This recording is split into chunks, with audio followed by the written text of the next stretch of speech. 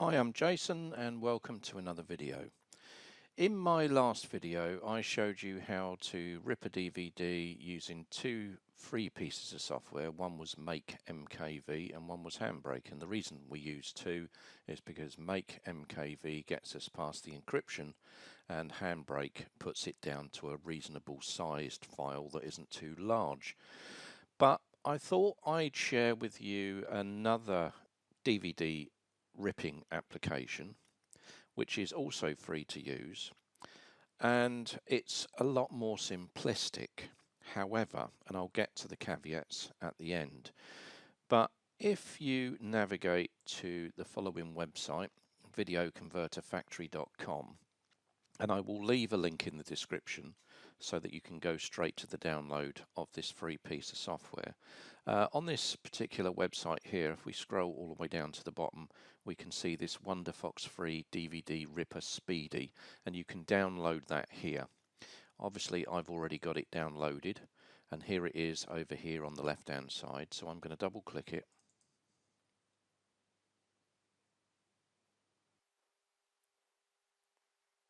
And straight away we can see we've got three options. We can select a DVD disc, we can select an ISO image, and we can select a file from a DVD folder.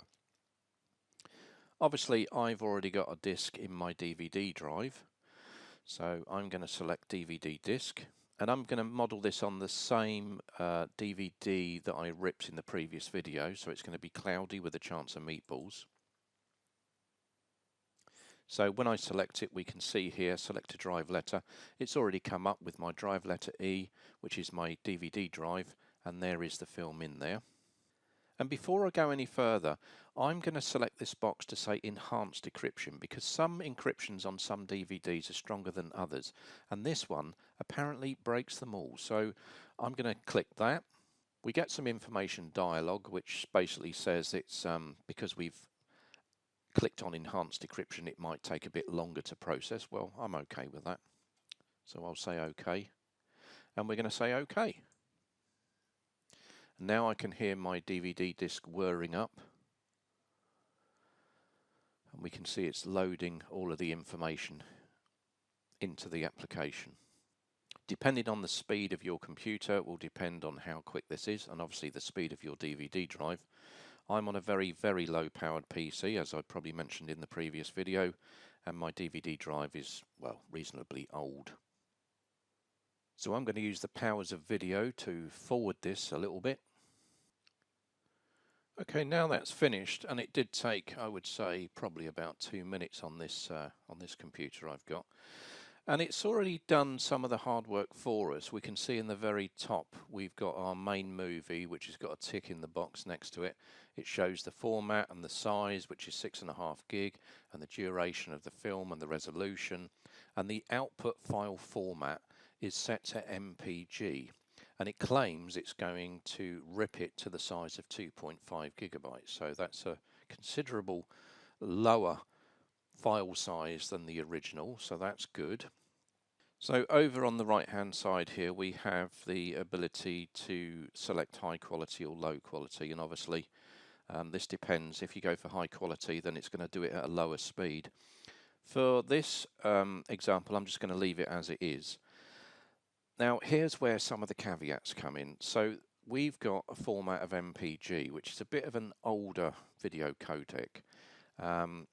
Now, I won't say it's totally useless, of course it isn't. Many applications still use MPG, but it is an older codec, and certainly older than MP4, and doesn't sort of carry the same weight of quality, if you know what I mean. And it may be that some devices out there are struggling now to run MPG formats. But we'll carry on, we'll test this out.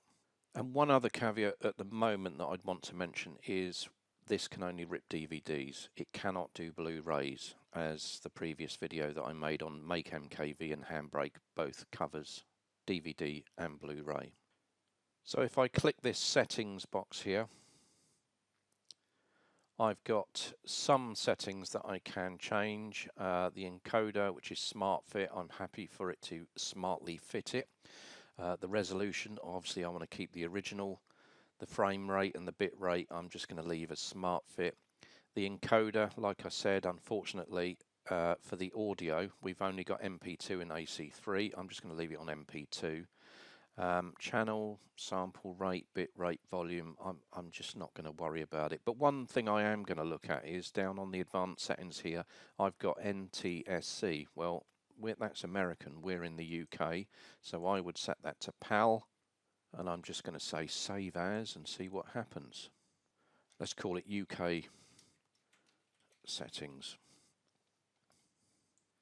Now, I did notice up on the top right here where the main movie is, we have an edit button.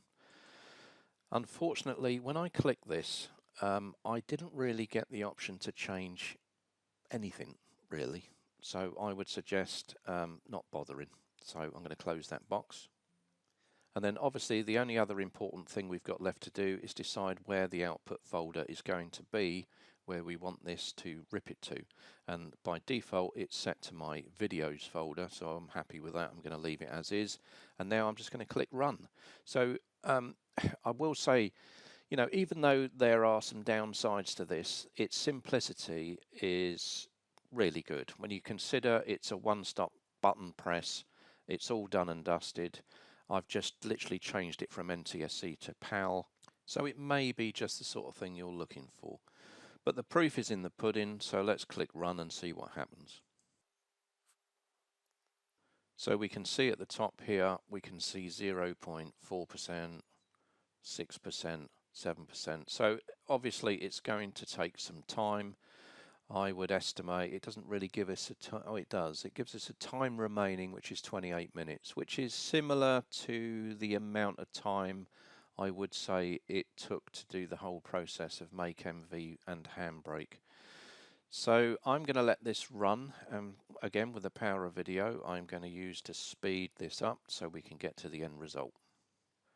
So as we can see, it's finished, and when it finishes it pops up this message here and says the task has been finished. You can click the open folder button to find the output files. So that took about half an hour.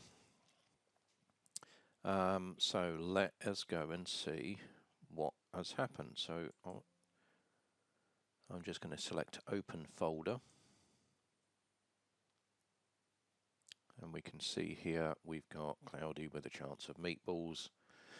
Okay, so we can see the size is 3.2 gigabytes. So there was a bit of a fib there, wasn't there, on what it said it was going to reduce it to, but okay, it's still half the size. Let's double click it and open it with a native player, which is Windows Media Player. And let me turn the volume down so we don't get any infringements on copyright and stuff like that, and I'll just skip through. And as we can see, yep, okay, quality's fairly good. Put it full screen.